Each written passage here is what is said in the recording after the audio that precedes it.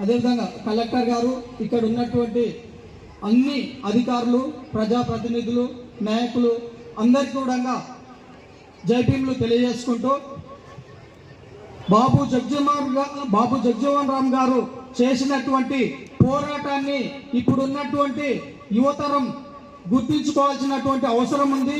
ఆయన చేసినటువంటి పోరాటం, బాబు జగ్జీవన్ రామ్ గారు చేసినటువంటి పోరాటం చిన్న వయసులోనే గాంధీ గారి నాయకత్వంలో స్వాతంత్రం కోసం పోరాటం చేసినటువంటి గొప్ప నాయకుడు బాబు జగ్జీవన్ రామ్ గారు.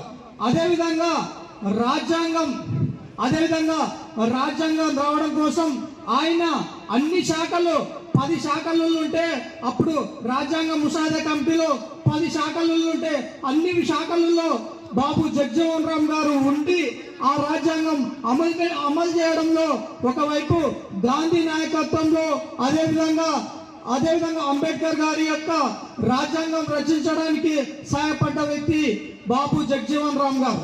ఒకే టైంలో స్వాతంత్రోద్యమం కోసం కావచ్చు, అదేవిధంగా బడుగు బలహీన వర్గాలకు, వెనుకబడిన వర్గాలకు రాజ్యాంగం రిజర్వేషన్ రావాలని పోరాటం చేసినటువంటి వ్యక్తి బాబు జగ్జీవన్ రామ్.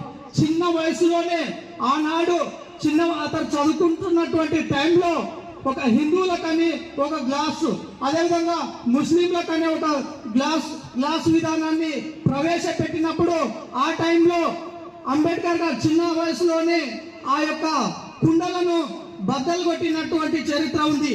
నాటి నుండి, అదేవిధంగా చిన్న వయసులో నుండి